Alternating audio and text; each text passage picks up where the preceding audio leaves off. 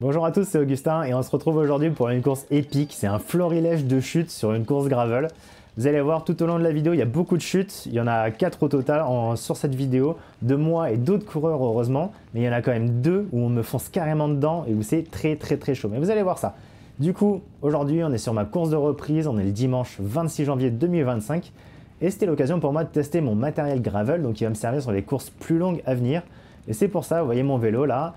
J'ai un camelback sur le dos, donc une poche d'hydratation. Ça n'aurait pas été mon premier choix pour une course de seulement 2 heures normalement.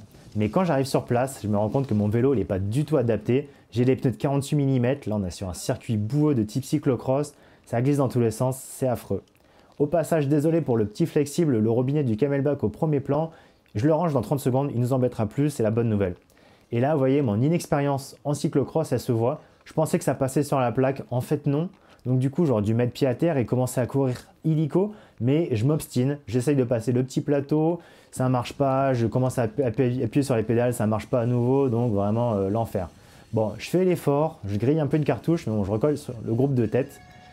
Et là, il y a des points définissants dans la vie d'un cycliste, dans sa carrière. Je vous laisse apprécier.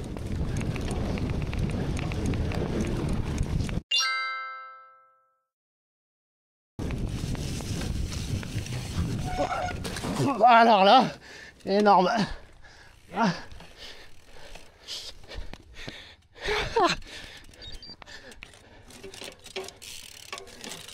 Mort de rire.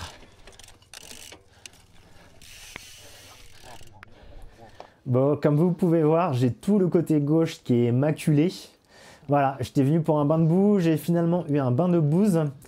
J'espère que ça vous fait bien rire. Voilà, moi je suis en train de cracher littéralement du fumier. J'essaye de ne pas en avaler, donc je suis en train de cracher toute la salive que j'ai dans la bouche parce que j'ai pas envie d'avoir une gastro.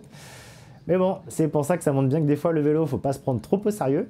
Et ça montre aussi que le gravel en France, c'est une catégorie qui est vraiment fourre-tout parce que là on est sur un terrain de 4 km.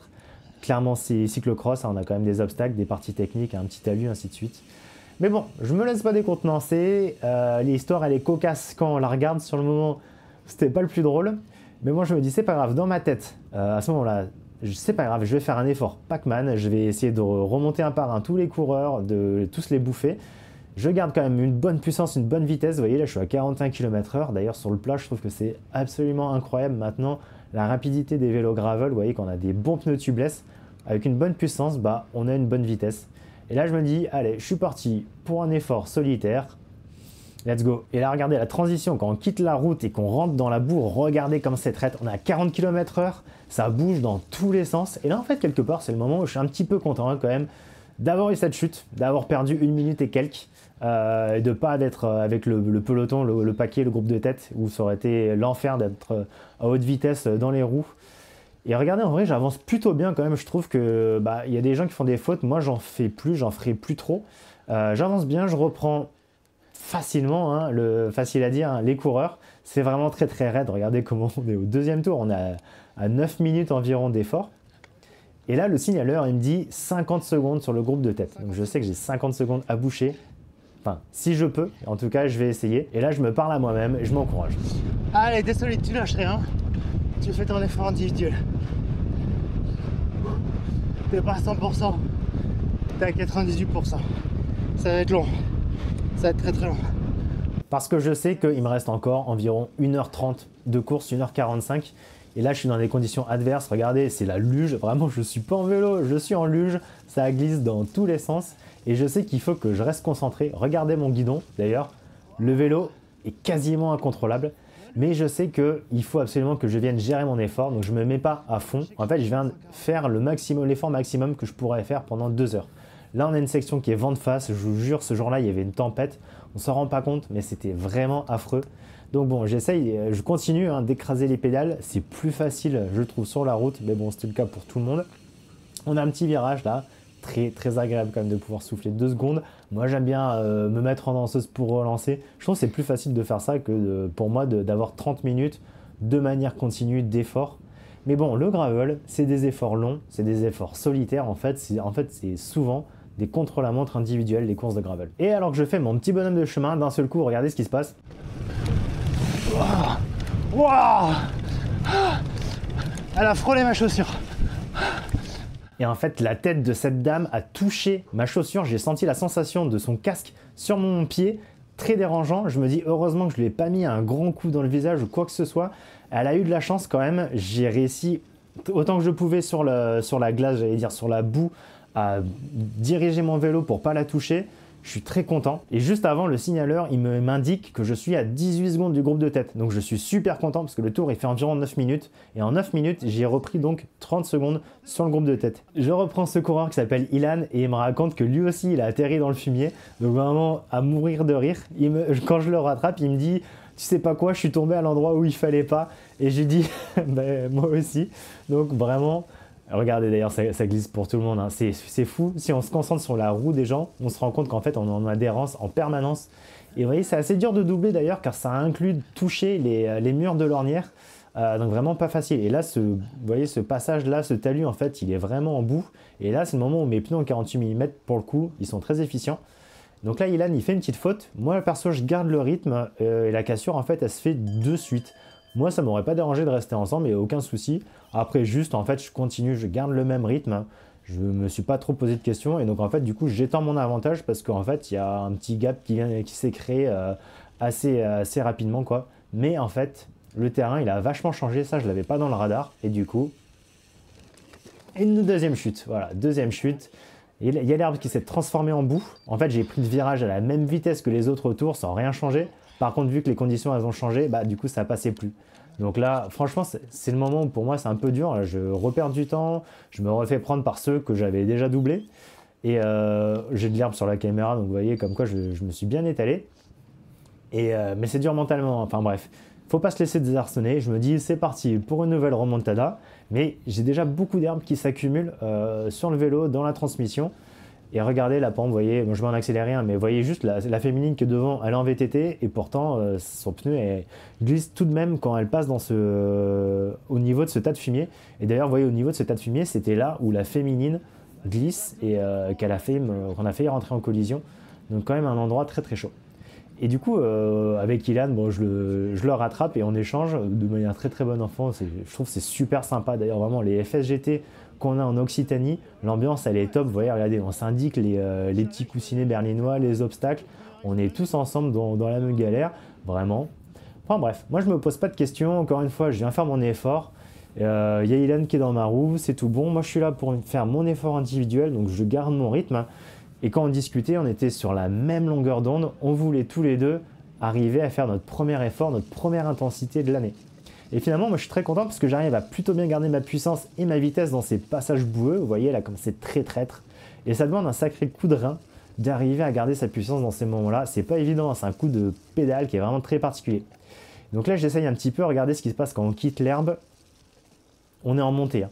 On est en montée. Tant que je retouche pas le vert, vous voyez, ça glisse dans tous les sens. Je rattrape le petit groupe, je fais le choix de doubler instantanément pour pas être ralenti dans la partie technique. Vu qu'il n'y a quasiment pas de partie route, ça vaut pas le coup sur ce circuit d'être dans les roues, autant doubler quand on rattrape.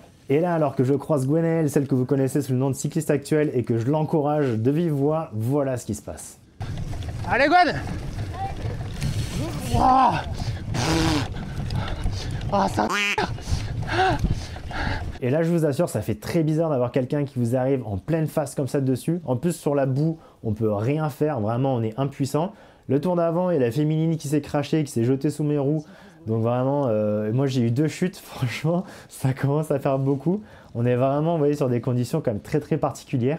Et avec toute l'herbe, j'ai la transmission qui commence à être en plein blocage. Et là, j'entends toc toc toc toc toc toc toc en permanence. Et en fait, vous voyez, les galets comme ça de mon dérailleur sont saisis. Ils sont absolument bloqués par l'herbe qui est présente dedans.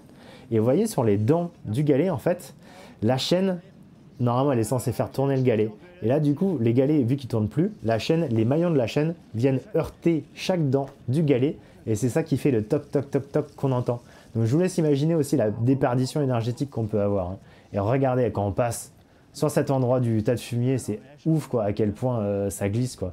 Je me rappelle, le coureur il m'empêchait d'avoir la bonne ligne, donc j'avais peur de refaire la même erreur. Bah ouais, j'ai vraiment failli quoi, refaire la même erreur. On est vraiment sur de la patinoire totale. Regardez en montée, je ne maîtrise pas mon vélo. Je suis en montée, bon, vraiment très très lent, à 16 km/h. C'est la patinoire mais totale. Vraiment, ce circuit, c'est une boue très particulière, quoi. C'est fou, quoi. Et regarde, en vrai, je suis assez fier quand même de ma progression sur une course. On a le coureur devant qui me bloque. Je descends là pour le coup très vite du vélo. Je cours bien. Et j'ai des bonnes petites jambettes hein, quand même parce que j'arrive à remonter à sa hauteur. Et pour quelqu'un qui a jamais fait de cyclocross, en fait, c'est ça vraiment qui m'a fait défaut, quoi. C'est que j'avais pas cette expérience. Et bah là, j'arrive quand même à remonter très rapidement sur le vélo. Il y a tout le monde qui est KO d'ailleurs, ça se voit, c'est on est au bout, quoi. C'est fou. Et là, en fait, j'arrête pas de coincer ma chaîne et à chaque fois qu'elle se coince autour du cadre ou autour des galets, ainsi de suite, quand elle se coince, elle se tord, donc ça vient encore empirer le problème. Tout ce qui devrait tourner dans la transmission ne tourne plus, hein, c'est la cata totale. Et il y a un dernier clou dans le cercueil. Je vous laisse découvrir avec l'Augustin de la course à chaud, essayer de comprendre ce qui se passe.